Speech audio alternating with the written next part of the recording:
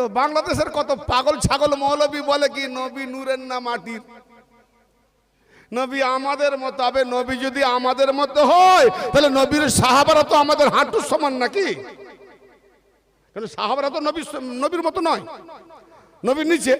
তাহলে এই মোল্লাদের মতো যদি নবী হয় তাহলে সাহাবারা বোধহয় এদের হাঁটু পর্যন্ত নাকি? সাহাবারা নিচে নামালো না? ছাগল না পাগলেরা, পাক্কা হারামজাদা। এদেরকেই কোরআনে বলেছে উতুলিম বাদা যালিকা জানিম, ওরাই হলো হারামজাদা। কোরআন পাকে আল্লাহ কাদের গাল দিয়েছে? যারা নবীকে ছোট করে, যারা ওলিকে ছোট করে, নবী পাকে তাওহীন করে। ভণ্ড পীরের দল একটা দল আছে বাংলাদেশে, কাপড় কাচা জিকির করে। ধোবিরা কাপড় কাচে না ঝুঁকে ঝুঁকে? জিকিরটাও জানে না কাকে বলে। আচ্ছা, আল্লাহ পাক কোরআন পাকে বলছে আকিমুস সালাত আলি জিকরি,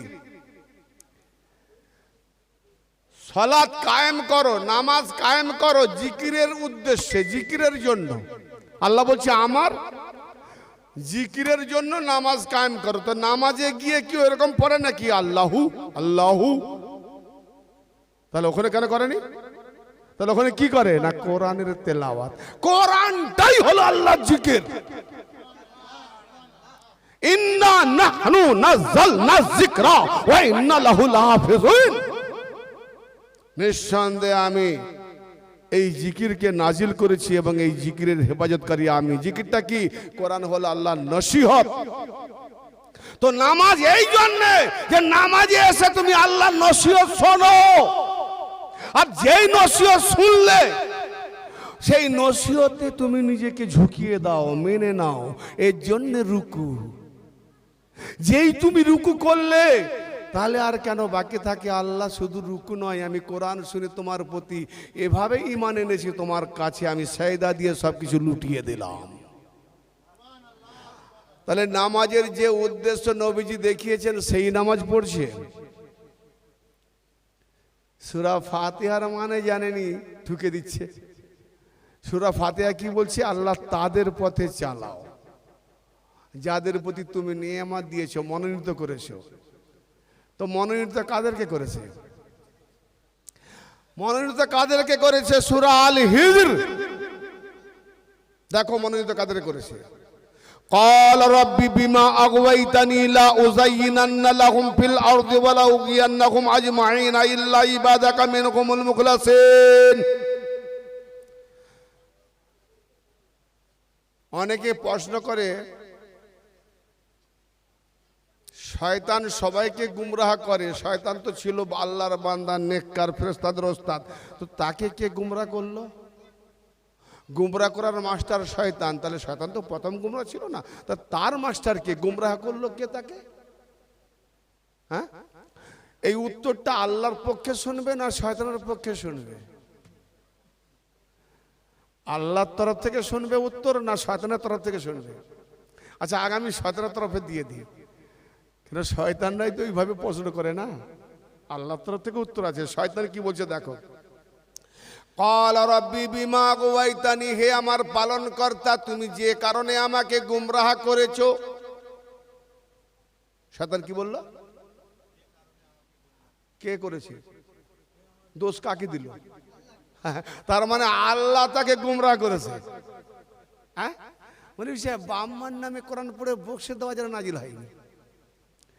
তার মানে শয়তান তো আর এখন আসেনি। শয়তান মৌলভী সাহেবের রূপে অনেক শয়তান আছে, হ্যাঁ, গুমরাহ করছে।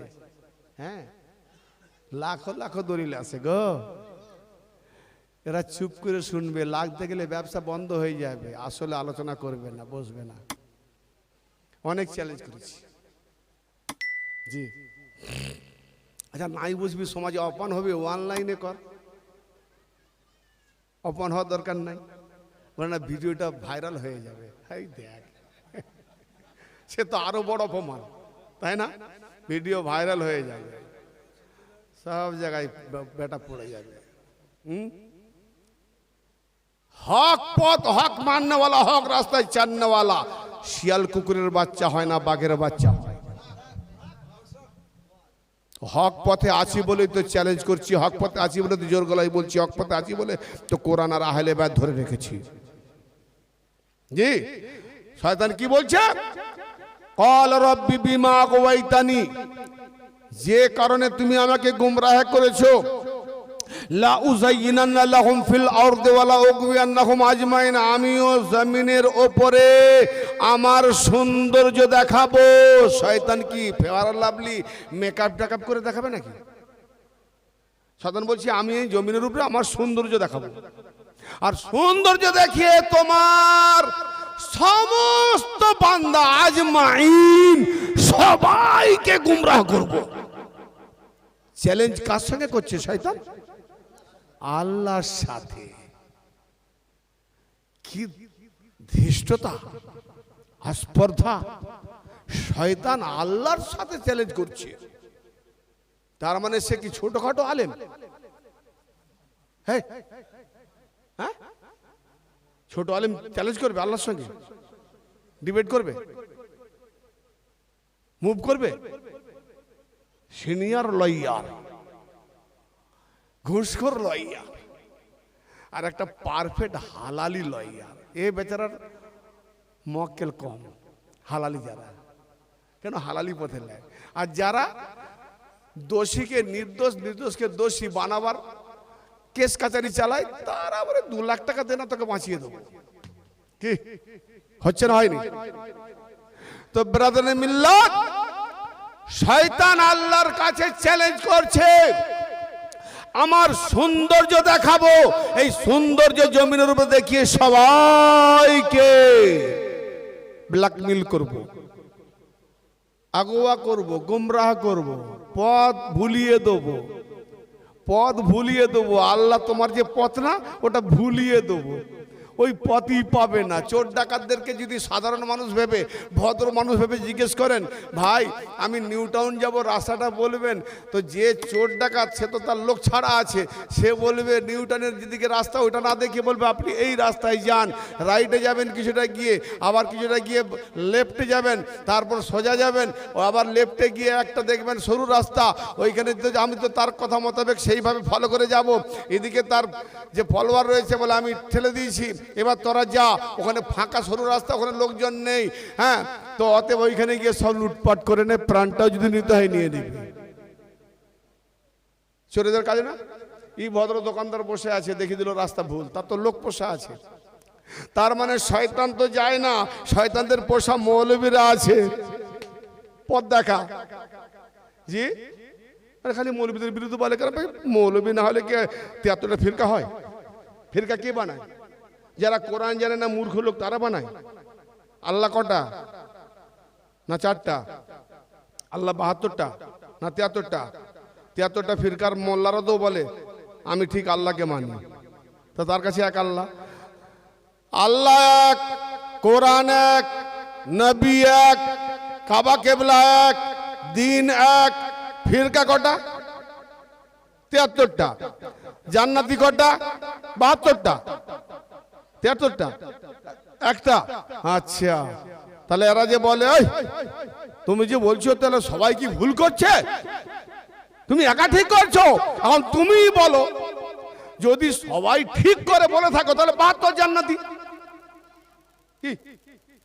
আর যদি বলে না 72 জাহান্নামী, তাহলে সবাই ঠিক করেনি, যেটা কম একটা তারাই ঠিক করছে। ও, এটা মানবে না, সবাই ভুল করছে। কি এই খাবারের ব্যবস্থা আছে না? এই মা বোনদের যারা চিল্লাচ্ছে ওদেরকে খাইয়ে দাও তো।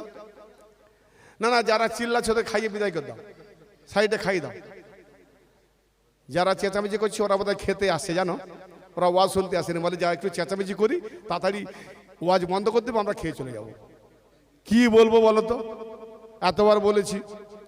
আরে মা হাওয়া যদি বাবা আদমকে পলসু দিয়ে গন্ধম খাইয়ে দুনিয়ায় আনতে পারে, এরা তো হাওয়ার বেটি না, এরাও চাইছে এই মজলিস থেকে এদেরকে বের করে দিই। কি হাওয়ার বেটি? তবে সবাই নয়।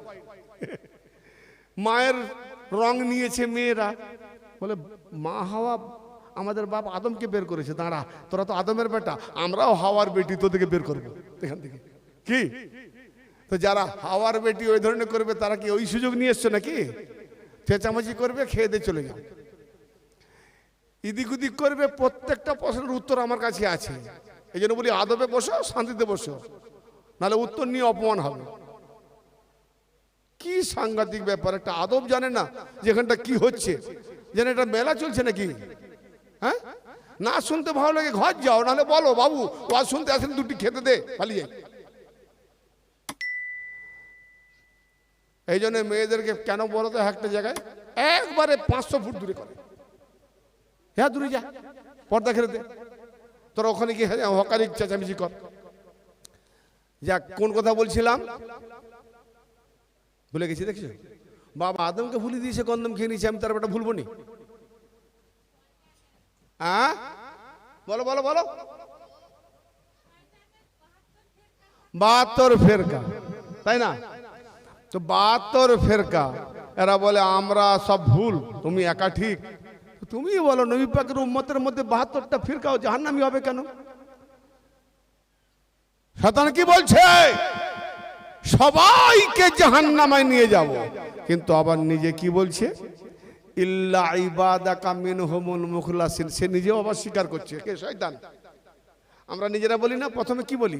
লা ইলাহা, নাই কোনো আল্লাহ। লা ইলাহা মানে কি? লা মানে নাই, ইলাহা মানে মাবুদ, উপাস্য। নাই কোনো মাবুদ, নাই কোনো আল্লাহ, নাই কোনো ইলাহা, এটা শেষ। ইল্লাল্লাহ, কিন্তু আল্লাহ এক, আল্লাহ ছাড়া নাই কোনো মাবুদ। ঠিক এই জায়গায় শয়তান বলছে সবাইকে গুমরাহ করব, ইল্লা ইবাদাকা মিনহুমুল মুখলাসিন। কিন্তু হে পালনকর্তা, আপনার কিছু মুখলিস বান্দা, মনোনীত বান্দা, নির্বাচিত বান্দা, খালেস বান্দা, পরিশুদ্ধ বান্দা, বিশুদ্ধ বান্দাদের ছেড়ে, তাদের বাদ দিয়ে সবাইকে গুমরাহ করে। বলো সেই বিশুদ্ধ বান্দা কারা? আল্লাহর নির্বাচিত বান্দা কারা? আল্লাহর মনোনয়ন প্রাপ্ত বান্দা কারা? যারা ইমাম, তাদেরকে জিজ্ঞেস করো। তে বলবে, আমি মনে মনে বলবে আমি তো নিজে। এই আল্লাহর মনোনীত বান্দা, বিশুদ্ধ, শুদ্ধ, পরিশুদ্ধ, আলুর গোল্লা, আটা, ডালদা মাখিয়ে, গাওয়া ঘিয়ের গন্ধ লাগিয়ে বলবেন শুদ্ধ ঘি। জি,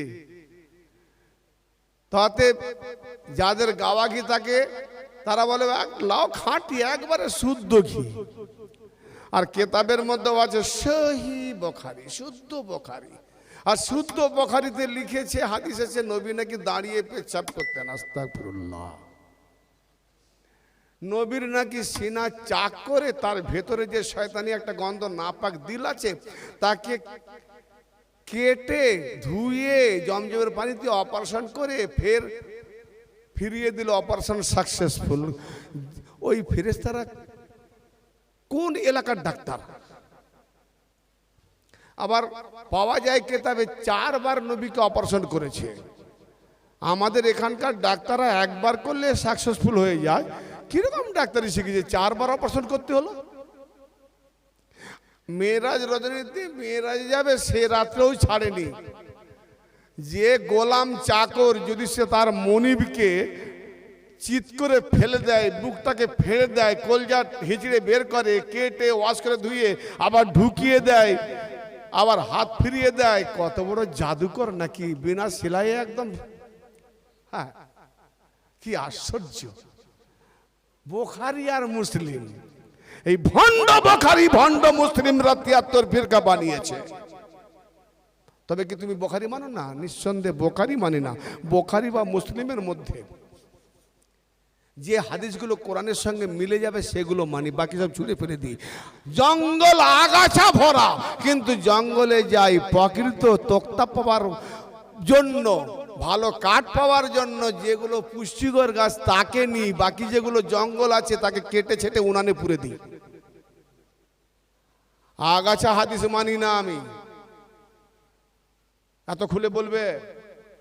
বুকের পাঁজরা দরকার না, কলজের দরকার আছে। হায় হায়, কি দেখাচ্ছে? নবীর অপারেশন করতেছে। আচ্ছা বলো তো, 40 বছর বয়স থেকে নবীর অন্তরে কোরআন নাজিল হয়েছে। সিনাতে কোরআন নাজিল হয়েছে। সেই সিনাটা পাক করা হলো 52 বছর বয়সে। 40 থেকে 52 কত বছরের ডিস্টেন্স? 12। তাহলে 12 বছর সিনাটা না পাক। এই না পাক না থাকলে অপারেশন করবে কেন? কি ক্যান্সার না থাকলে হাত কাটবে কেন? বলে এই ক্যান্সার ভালো হবে না, অতএব এখান থেকে কেটে দে, নাহলে পুরোটাই ছেয়ে যাবে, তাই না? তা না পাক। আচ্ছা একটা 5 বছরের ছেলে মুসলমানের ঘরে, বাবু কোরআন শরীফ এটা রেখে দিয়েছে, তো তারও জ্ঞান আছে এটা কোরআন শরীফ উপরে রাখতে হবে, পাক জায়গায় রাখতে হবে, তার জ্ঞান আছে। আল্লাহর এতটুকুও জ্ঞান নেই, কারণ এই মোল্লারা তো আল্লাহ হয়ে বসে আছে, আল্লাহ এদের কাছে ছাত্র, মোল্লা হলো আল্লাহর আল্লাহ। কি লিখেছে দেখো বোখারিতে, হ্যাঁ বেটা মৌলবীদের বুক চচ্চড় করছে বোধহয়, খালি বোখারি হাদিস আর হাদিস। নবী পাকের সিনায় যদি না পাক ছিল, তাহলে আল্লাহর কি জ্ঞান নাই যে আল্লাহর কালাম পাক? আল্লাহ পাক, পাক কালাম, জিবরাইল পাক, তাহলে নবীর ওই অন্তরে যে না পাক দিল আছে, কারণ দিল মানে অন্তর, সেখানে যে কোরআন নাজিল হবে, তো না পাক জায়গায় কোরআন রাখা যায়? তাহলে আল্লাহ যদি নবীর নাপাক সিনাতে কোরআন রাখে, তো আমরা যদি নাপাক জায়গায় কোরআন রাখি, ভুল হবে না ঠিক হবে? রে মোল্লা, বিবেক আছে? তারপরেও বলছে এই হাদিস সহিহ। আমি বলি তার জন্ম নাই সহিহ, জন্ম গলত। নাপাক অন্তরে আল্লাহ কোরআন পাক রাখে। আফসোস, কটা কথা বলবো, কি শুনবে? 5 রাত জেগে থাকলেও ঘুম পাবে না যদি আমি সেরকম ডিপলি কথাগুলো বের করে দিই। আমি খালি ভাবান্তরে পড়ি, কি জগৎ চলছে। ই আল্লাহ, তুমি আমার মতো অন্তত 5-6টা বানাও, একা আর পাচ্ছি না। আমার পীর মুর্শিদ বলতেন, ইমতিয়াজ তোমার মতো যদি আমি 5টা পেতাম, তাহলে ইন্ডিয়াটাকে আমি খেলা খেলতাম। তাই আমি বললাম করে নেন। বলে হেদায়েত নেই যার, তাকে কি করে হেদায়েত করবো? যে মানুষ হবে তাকে হেদায়েত করবো, যে গাদা গরু 2 পায়া তাকে কি করে হেদায়েত করবো? তাহলে হেদায়েত না থাকলে হেদায়েত হবে না। এই এত নসিহত, বেশিরভাগ দেখি মেয়েরাই আগিয়ে আসে। আর নবী যখন দাওয়াত দিয়েছিলেন তখনকার যুগেও মেয়েরা আগিয়ে গেছিলেন। হ্যাঁ, ওহদের যুদ্ধে নবী পাক শহীদ হয়ে গেছেন, মদিনার মেয়েরা শুনে নবীর জন্য কান্নাকাটি করতে করতে হুমড়ি খেয়ে উঠতে পড়তে আসছে। কি ইশক ছিল নবী পাকের উপরে। সাহাবীরা যখন যাচ্ছেন, ওগো সাহাবী বলো বলো আমাদের নবী কেমন আছে গো, আমাদের নবী কেমন আছে বলো বলো। বলে ও বিবি, বিবি মানে স্বামীর বিবি নয়, মেয়েদেরকে বিবি বলে বিবাহিতকে। ও বিবি, তোমার স্বামী শহীদ হয়ে গেছে। বলে আলহামদুলিল্লাহ, আমার স্বামী আমার নবীর রাস্তায় শহীদ হয়েছে, সে তো বড় মোকাম পেয়ে গেছে, কিন্তু আমার নবী কেমন আছে বলো। কি মান? ও অমুকের মা, তোমার ছেলে শহীদ হয়ে গেছে। আলহামদুলিল্লাহ, আমার ছেলে তো আজ না হয় কাল মরতো, তো নবীর রাস্তায় শহীদ হয়ে গেছে, আগে বলো আমার নবী কেমন আছে। এই মোল্লারা আবার বলে কি, যদি সেজদা করা গায়র আল্লাহ ছেড়ে অন্য কাউকে জায়েজ হতো, তো মেয়েদেরকে বলা হতো আগে স্বামীকে সেজদা করো।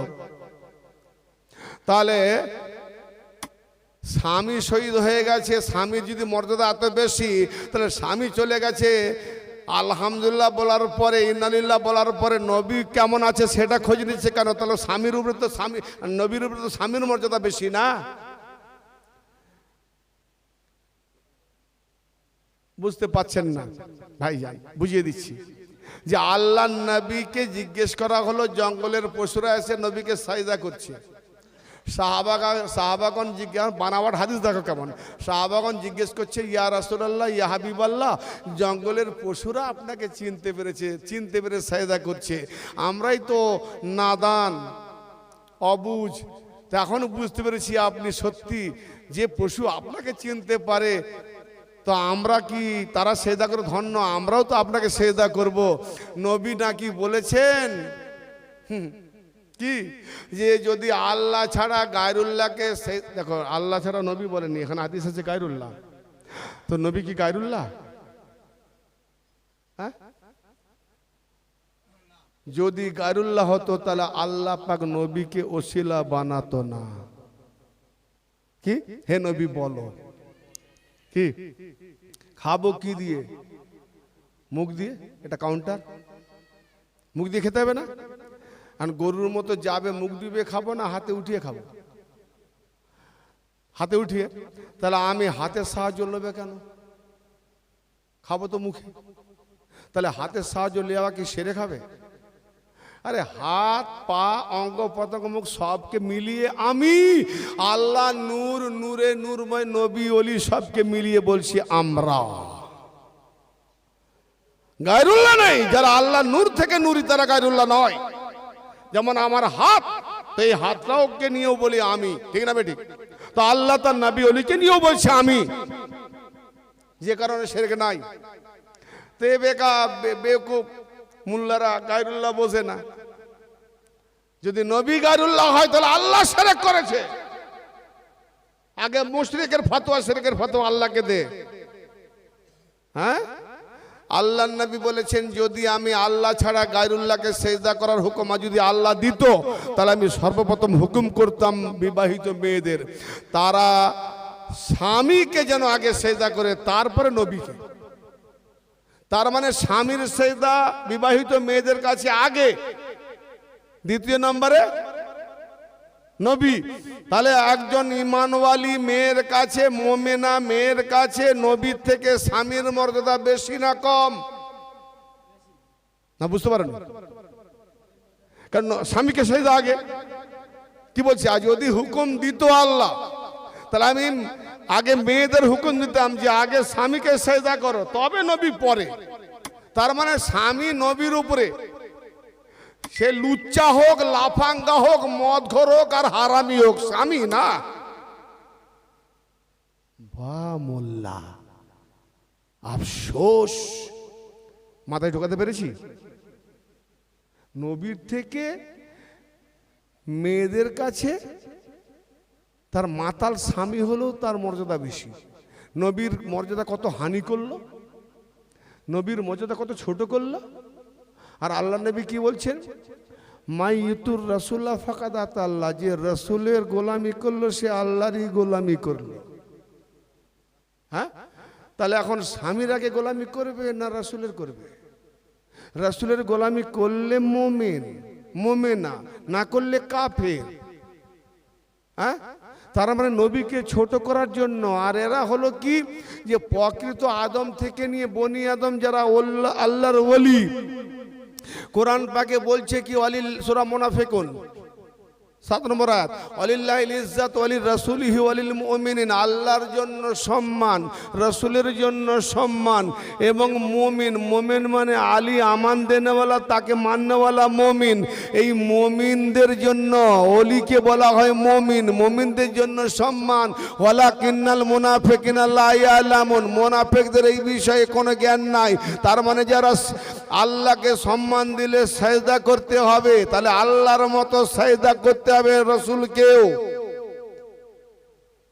আবার রাসূলের মতো সাজদা করতে হবে রাসূলের আহলে বায়াত অনুসারী সিলসিলা। যদি আল্লাহ ছাড়া গায়রুল্লাহকে সাজদা করা হারাম হতো, তাহলে আল্লাহ শিরক করেছে। কারণ আল্লাহ নিজে দাঁড়িয়ে আছে পাশে, আর ফেরেশতারা আদমকে সাজদা করছে, তাহলে আল্লাহ দাঁড়িয়ে ফেরেশতারা আদমকে সাজদা করছে। কামবাকাত, মাথা ঝুঁকাবি না, তোর 14 পুরুষ ঝুঁকাবি। কেন? তোর শুরুটাই মাথা ঝোঁকানো। আবে যখন জন্ম হয়েছিস তখন নিচুর দিকে মুখ করে মায়ের গর্ভ থেকে এসেছিস, যেদিকে তোর মাথা পড়েছে ওই দিকে তোর মায়ের পা। যা জিজ্ঞেস করে নে বিবিকে, না যদি দেখিস। মানুষ যখন জন্ম হয়, অনেক নার্সরা জানে ছেলেকে সিজার করলে তুলে পিছনে বাদ দিয়ে তার মায়ের পায়ের তলায় রেখে দেয়, যে তোর তো স্বাভাবিক জন্ম হয়নি, অপারেশন করে হয়েছে, তো মায়ের পায়ের তলায় থাক, যেটা সৃষ্টি প্রকৃতিগত নিয়ম সেটা তো তোর হয়নি, ব্যতিক্রম তোর মাকে বাঁচাবার জন্য করেছি বা আমাদের ফায়দা লুটার জন্য করেছি। স্বাভাবিক হয়তো হতো, কিন্তু 20-25 টাকা পাবো না নি, তবু একটা রক্ষা করছে, মায়ের পায়ের তলার দিকে রাখে। যদি দেখো অপারেশন করো, যদি সিজারে হয় তো ডাক্তারকে বলে দেবে ছেলেটা বা মেয়ে যেই হোক না কেন, হওয়ার পরে যেন মায়ের পায়ের তলায় আমার ছেলের মাথাটা রেখে দিও। কেন? এটা আল্লাহর প্রকৃত নিয়ম। জন্ম হওয়ার ওখানে বাপও বলেনি যে তুই ঝুঁকে আয় মায়ের পায়ের দিকে, মাও বলেনি তুই ঝুঁকে আয় আমার পায়ের দিকে। আল্লাহ বলেছে যে তুই ঝুঁকে আয় তোর মায়ের পায়ের দিকে, মাথা ফেল তোর মায়ের পায়ের দিকে, জমিনে মাথা, আগে তোর মায়ের পাটা হবে কিবলা। তো আল্লাহ ছাড়া যদি সেজদা হারাম, তো বল আল্লাহ শিরক করাচ্ছে। এই মোল্লার তো প্র্যাকটিক্যালও জ্ঞান নেই, তো পরে লুটেপুটে খায়। আর লেবাসধারী জুব্বা, ইবলিস কাকে বলে? লেবাসধারী ছিল, মুআল্লিমুল মালায়েক, ফেরেশতা হয়ে গেছিল ফেরেশতা। যেই সেজদা করলো না, আল্লাহর আজাজিল বলে না, ফেরেশতাও বলে না, সবাই সেজদা করলো ইল্লা ইবলিস। ইবলিস মানে কি? লেবাসধারী। তার মানে এ ছিল ফেরেশতার লেবাসে, সেজদা না করে হলো মুল্লার লেবাসে, জুব্বার লেবাসে, লেবাসধারী। ওই যে লেবাস বড় বড় দেখিয়ে লুটে নাই ইমান, বড় মোল্লা, বড় মাপের ফেরেশতা। হ্যাঁ, আফসোস, ঠিক তোদের ব্রেন বিবেকের উপরে শয়তান রোজানা কয়েক হাজার জুতো মারে, যে আমি কেন আর খাটবো, তোদের মতো 2-5টা শয়তান থাকলে আমার আর খাটতে লাগবে না। আফসোস লাগে, একটু আক্কাল বিবেক নেই। নাপাক গন্দেগি, সূরা ইউনূসের 100 নম্বর আয়াতে আল্লাহ পাক বলছেন ওয়ায়াজআলুর রিজসা আলাল্লাযিনা লা ইয়াকিলুন। যারা বিবেককে কাজে লাগায় না, বুদ্ধিকে কাজে লাগায় না, তাদের উপরে আল্লাহ নাপাক নিক্ষেপ করে। আবে মেথর তো টিং বয়ে নিয়ে যায়, ডাব্বা বয়ে নিয়ে যায়, গোটা গায়ে গু ঝরে। আর আল্লাহ যে নাপাক নিক্ষেপ করে ওটা কি? গোবর।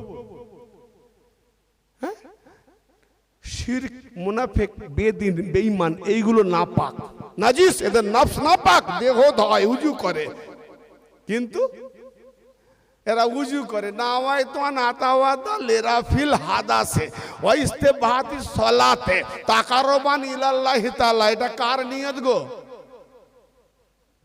2 রাকাত নামাজ পড়ার নিয়ত তো কিসে?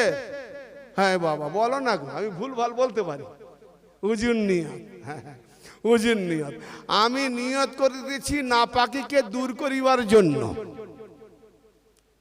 লিরাফিল হাদাস, নাপাককে দূর করবার জন্য উজুর নিয়ত করিতেছি।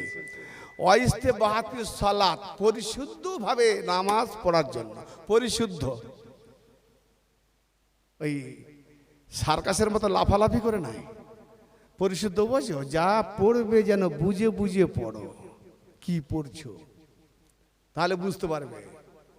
আর যখন বুঝে নেবে তখন আর মসজিদে বেশি যাবে না। কেন? সেরাতাল যাদেরকে আল্লাহ নেয়ামত দিয়েছে না, ওদেরকে যখন পেয়ে যাবে তোমার সেদিনকে সালাত কায়েম হয়ে যাবে। সিরাতে মুস্তাকিম, যারা হেদায়েতের মুর্শিদ, যাদেরকে সেদিন পেয়ে যাবে তোমার সেদিনকে সালাত কায়েম হয়ে যাবে। তারপরে চলবে দায়মি সালাত, সর্বক্ষণিক নামাজ। ওয়াক্তিয়া নামাজকে তুমি দেখাতে পারবে না দলিল হাদিস ছাড়া, কোরআন থেকে দেখাতে পারবে না। আর আমি কোরআন থেকে দেখাবো হাজারো দলিল। তো ব্রাদারে মিল্লাত, পরিশুদ্ধ হওয়ার জন্য, নাপাক থেকে পবিত্র হওয়ার জন্য, পরিশুদ্ধভাবে বিশুদ্ধভাবে নামাজ পড়ার জন্য এবং আল্লাহর নৈকট্য লাভের জন্য উজু করিতেছি।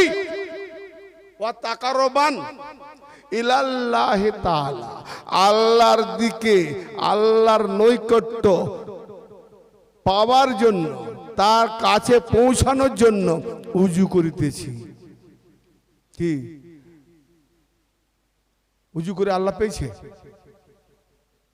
আচ্ছা, কিসের উজু হলো?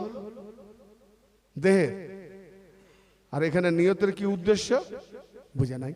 আচ্ছা বলুন, উজু হয়ে গেল, নামাজ পড়তে গেল, পরে তো বিরিয়ানি খেয়েছে না, সেজদা দিতে গিয়ে পেটে চাপ পড়ে গেছে, পিছন থেকে বেচারা ধোক করে ছাড়তো, কিন্তু সকলে না জেনে যায়, নিজের সম্মান বাঁচাবার জন্য যদিও দুর্গন্ধ বেরোয়, নামাজিতে নামাজ অবস্থায় কিছু বলতে পারবে না। হ্যাঁ, আলহামদুলিল্লাহ রাব্বিল আলামিন হয় নাই রে? হায় রে, কি অবস্থা! আচ্ছা বাবা, ওই নামাজিটা সম্মানের জন্য, সম্মান বাঁচাবার জন্য যদিও না বলে, সালাম ফেরাবার পর ও লোকটা তো যতটা পড়েছে ওখান থেকে আবার যেটা বাকি পড়বে উজু করে, ঠিক না? আবার অনেকে জানে না পুরোটাই পড়বে, যে আমার নামাজ তো হয়নি, উজু হয়ে গেছে।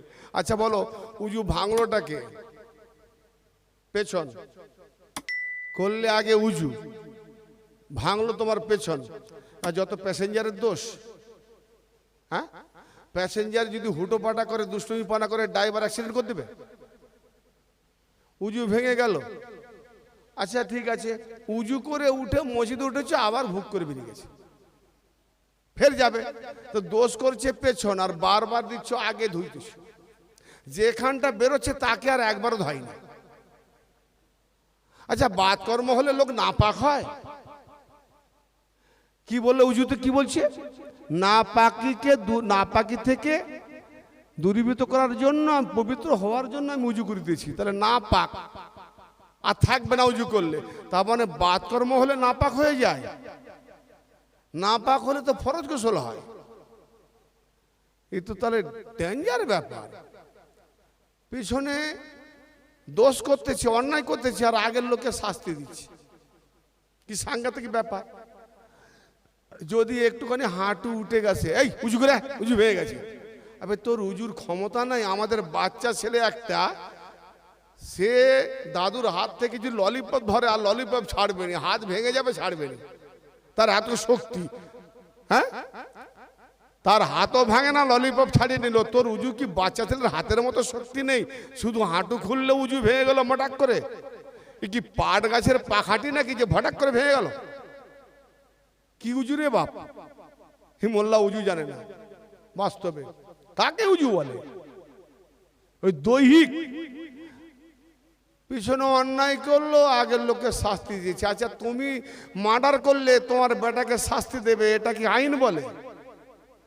কোন মৌলভী সাহেব আমাকে বলেছিল, আপনি যে এইভাবে বলছেন, আপনি এটার বিজ্ঞান জানেন? আমার না, জানি না, অতদূর পড়ি না। বলেন না, আপনি আপনার মাস্টার হয়ে, আমি ছাত্র হই। তাহলে শোনেন, আপনার পাছায় যদি ফোঁড়া হয় আর ডানায় যদি ডাক্তার ইঞ্জেকশন দেয়, আপনার পাছার ফোঁড়া ভালো হয় তো যন্ত্রণা কমবে তো? বলে হ্যাঁ। তাহলে পাছায় ফোঁড়া ইঞ্জেকশন ডানায় যদি হয় ভালো, তাহলে তোমার আগে উজু করেছো, পেছনে যদি বাতকর্ম হয় তো কেন আগে ধুবে, পিছনে ধুবে কেন? পাছায় তো আর ইঞ্জেকশন দেয় না, ডানায় দেয়। সেটা যদি কাজ হয়, এটাও কাজ হয়। আমি বললাম, হ্যাঁ বৈজ্ঞানিক সাহেব, কাদামাটি খেয়ে তো হয়েছে মানুষ। হায় রে, আরে কামবাকা, শরীরের ব্যাপারে তোমার কিছু জ্ঞান আছে? নার্ভ, শিরা, উপশিরা, নফসের ব্যাপারে জ্ঞান আছে? কটা নফস, কটা রুহু, আল্লাহর জাত কটা, সেফাত কটা, তোমার মধ্যে 14 তবাক আসমান জমিন তুমি জানো? এগুলো জানো নি? এইটা বুদ্ধি করে খুঁজে এনেছো। আবার শোন, এখানে ইঞ্জেকশন দিলে পুরো ঔষধরা, মেডিসিনটা পুরো শরীরে ছড়িয়ে যায়, ঠিক না বেটি? তুমি মুখ দিয়ে ওষুধ খেলে পেটে গেল, সঙ্গে সঙ্গে তোমার পুরো শরীরে অ্যালার্জি কমে গেল, ঠিক না বেটি? তাহলে কি হলো? ওষুধের যে রিয়াকশনটা, সেটা শরীরের মধ্যে ছড়িয়ে গেল। তাহলে যেখানে যেখানে প্রবলেম সেটা নিরাময় হলো। অতএব এখানে প্রবলেম, এখানে ইঞ্জেকশনের যে ঔষধরা, তোমার দেখছো, নিয়ে যাও, হাত পাত কোথাও হিলে যাবে, ভেঙে যাবে, একটা কাপ নষ্ট হবে, তখন আমি আর চাপাবো ভালো কাপে? হ্যাঁ, তো না না না, আনতে হবে না। তো কি হবে? তাহলে পুরো শরীরে ছেড়ে যায়। যাও ডাক্তারের কাছে জিজ্ঞেস করো। শরীর ছড়িয়ে গেলে তাহলে তোমার ফোড়ার কাছে গিয়েও কাজ হয়ে গেল।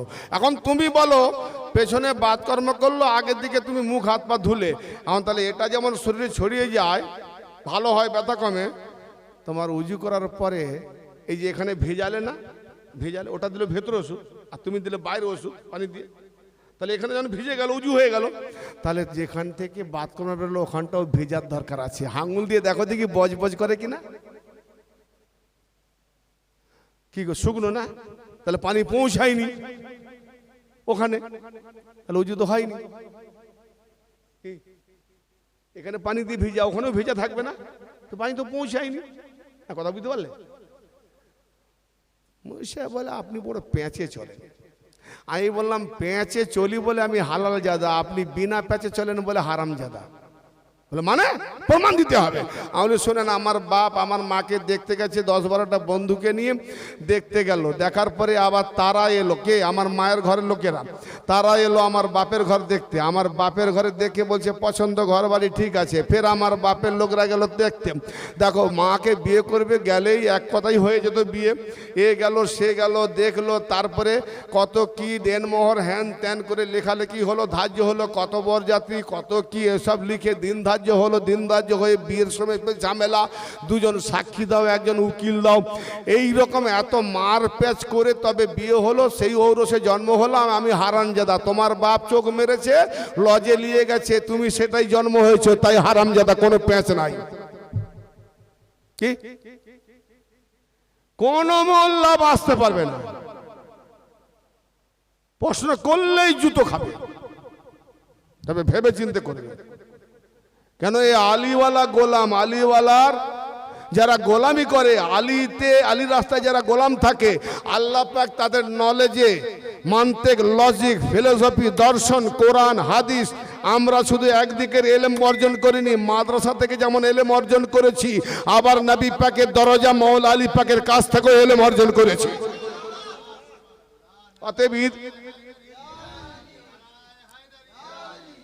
অতএব ইদিকেও এলে কাটবো, ওদিকে বলে কাটবো, দলিলের দিক দিয়েও কাটবো, লজিকের দিক দিয়েও কাটবো, হিকমতের দিক দিয়েও কাটবো। আনা দারুল হিকমত আলিন বাবুহা, নবী বলছেন আমি হিকমতের ঘর, আলী হলো দরওয়াজা। হ্যাঁ, হিকমত মানে কি? এই যে বলছি মান্তিক, আল্লাহ পাক খরা মশারও পর্যন্ত উদাহরণ দিয়েছে, কোরআনে উদাহরণে অনেক ভরে দিয়েছে। আল্লাহ বলছে আমি একটা ল্যাংড়া ছোট্ট ক্ষুদ্র উদাহরণ দিতে লজ্জা পাই না। তার মানে উদাহরণ কি জন্য? না মানুষকে হক কথাকে বুঝাবার জন্য উদাহরণ, এটা প্র্যাকটিক্যাল। হ্যাঁ, শয়তান কি বললো? ফিরে এলাম, শয়তান বলছে সবাইকে গুমরাহ করব। মনে আছে না? আমি ভুলিনি, সবাইকে গুমরাহ করব, কিন্তু তোমার কিছু খালেস বান্দা, তার মানে তারা কোনো দিনই নাপাক হয় না। খালেস মানে কি? নাপাক হবে নাকি? কোন কালেও নাপাক হয় না, বিবির কাছে গেলেও নাপাক হয় না। আরো খুলে বলবো, বেকুফ, তুমি শরীর দেখেছো? ওলিরা নফসকে সঁপে দেয়, নফসকে পাক করেছে। আল্লাহ নফসকে পাক কথা বলেছে, কারণ তুমি মরে গেলে তোমার দেহ যাবে মাটিতে, নফস যাবে আল্লাহর কাছে। অতএব যেটা আল্লাহর কাছে যাবে, আল্লাহ যদি পাক, তো তোমার নফসকে করো পাক, তো ওইভাবে উজু করো যেন নফস পাক হয়, তাহলে যতই পাদো উজু ভাঙবে না। হ্যাঁ, এটা বাহ্যিক উজু কি? ধুলো, মাটি, কাদা, এগুলো। আর যাতে বাতকর্ম করেছো কেন বলে, তোমার লাজ লজ্জা নেই? এত লোকের সামনে ভুস্কো ছেড়ে দিলে, না উজু করে এসো। তার মানে উজু করার কথাটা কেন বলেছি? যে বারবার যদি ও উজু করার কথা না যদি বলে, তাহলে বারবার ভুসভুস ছাড়বে। কি বুঝতে পেরেছো? টেকনোলজি আছে, বলো বাবা চেপে রাখ, পেট ফুলে যাক, কাজ হয়ে গেলে, তাহলে ও বারবার ছাড়বে না, ছাড়লে উজু করতে হবে, এই একটা ভয় দেখানো। কি বুঝতে পারছেন? আবার ঠান্ডার সময় উজু করবে, হ্যাঁ, আরো কাশি বেড়ে যাবে। মিল্লাত ইসলাম যেন মনে হয় এরা ভেবে নিলে একবার সমাজে খেলতাম আসা, দড়ি দিয়ে কুড়ো আর লাট্টু ঘুরা। এই ইসলাম লাট্টু ঘুরছে মানে যত মুক্তাদি লোকগুলোকে চাপাক চাপ ধরছে, তাদেরকে ঘুরের মতো ঘুরাচ্ছে।